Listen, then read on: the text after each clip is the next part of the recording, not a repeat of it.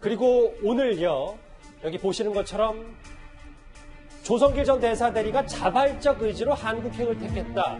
이 전해철 국회정보위원장이 본인이 한국행을 강력히 원해서 당국이 받아들였다. 이런 얘기까지 건넸습니다. 이도님. 네네.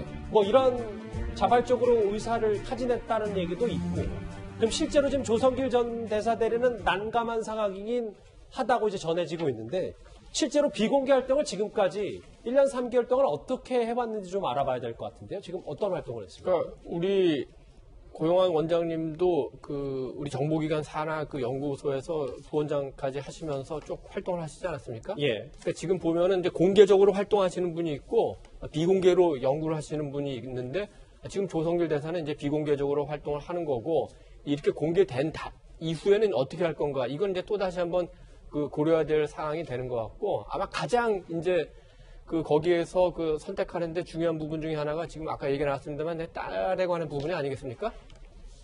근데 우리 국내에도 소개가 됐는지 모르겠는데, 예. 망명 직후에 외신에서 한번 관련된 기사가 나온 적이 있습니다. 딸이 평양에 돌아갔는데,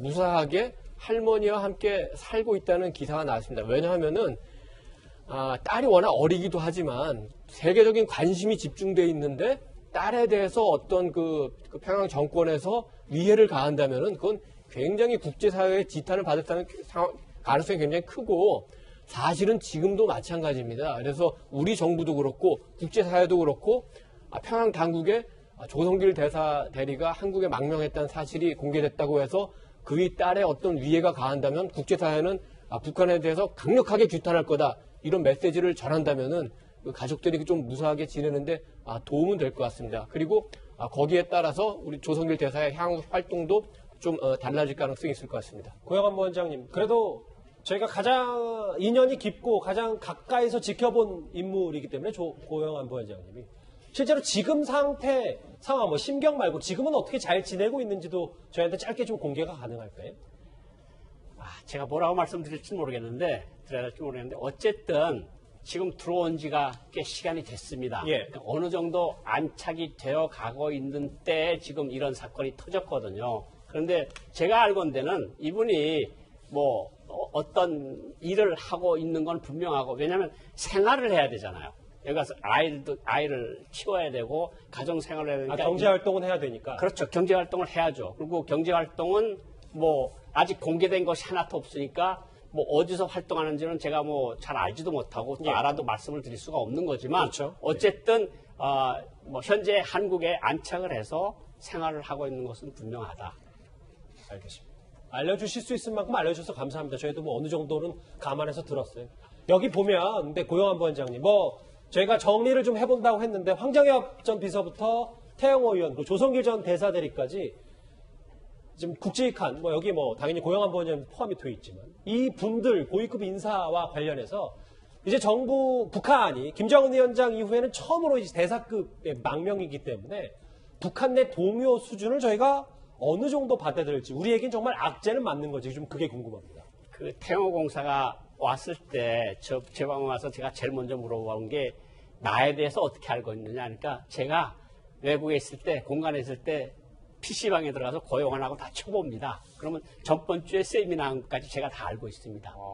그러니까 북한 외교관들이 어떤 생각을 하고 있는가 하면, 한국에 간 선배들이 많은데 예. 과연 잘 살고 있는지, 나한테 이런 상황이 닥칠 수도 있다고 생각을 하니까 항상 뒤져보는 게 북한 로얄 패밀리 뒤져보고, 한국에 와서 생활하는, 미국에 와서 생활하는 선배들에 대해서 관심을 가지는 거거든요. 그러니까 황정엽 비서는 이미 돌아가신 줄 알고 있고, 예. 태영호 공사는 국회의원까지 됐으니까 더 말할 것도 없고, 그래서 많은 외교 공간원들이, 주재관들이 나와서 꼭 PC방에 들어가서 쳐보는 이름들이, 키워드들이 꼭 있다는 거죠.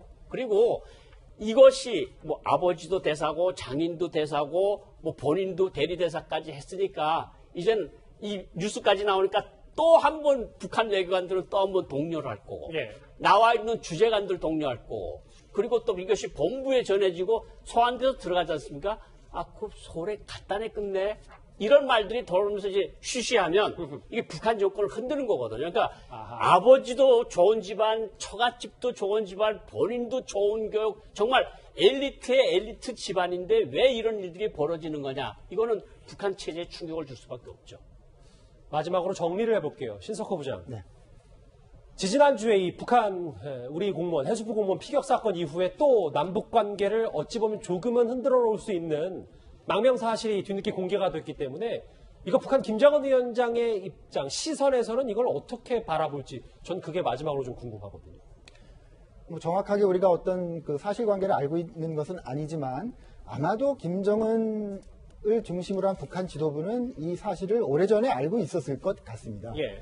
2018년 11월에 사라진 것은 뭐 당연히 알려져 있었고요. 그런 다음에 작년 7월에 한국에 들었다고 하는데 그건 알려지지 않고 지금 알려진 것이지만 그 시기를 보면요 묘합니다. 2019년 7월은요 6월 30일에 판문점에서 트럼프 대통령과 김정은과 문재인 대통령이 만난 그 직후거든요. 예. 그러니까 뭐냐면 6월 30일까지는 북한과 미국과 한국의 어떤 대화의 노력이 있었던 그런 시기인 거고요. 그것이 판문점에서 사실상 중단되고 지금까지 오지 않습니까? 아마 그런 과정에서 조 대사가 한국에 오는 어떤 결정이 내려진 것으로 보이기 때문에 네. 그런 과정에서 충분히 남북한이 서로 어떤 정보 라인을 통해서 서로의 의사를 확인했을 가능성이 높은 거죠. 그래서 지금 이 조 대사가 한국에 와 있다는 것이 알려진 것이 공개적으로 언론에 알려진 것이 뭐 북한 체제의 큰 문제가 특히 지도부의 큰 문제가 되지는 않을 것 같고요. 예. 고영환 부원장님 말씀하신 것처럼 그것이 일반 주민들한테 아하. 일반 몰랐던 평양의 엘리트들과 일반 주민들한테 알려지는 것이 어떤 파장을 낳느냐 그런 문제가 지금 남아있는 우리가 봐야 될 대목인 것 같습니다. 알겠습니다. 오늘 국회 정보위원장도 자발적 의지로 한국행을 택했다. 조성길 전 대사 대리의 근황까지 과거 얘기까지 건넸습니다. 꽤 파장이 큰 얘기 저희 첫 번째 이슈부터 준비를 했습니다. 관련 소식은 여기서 정리하고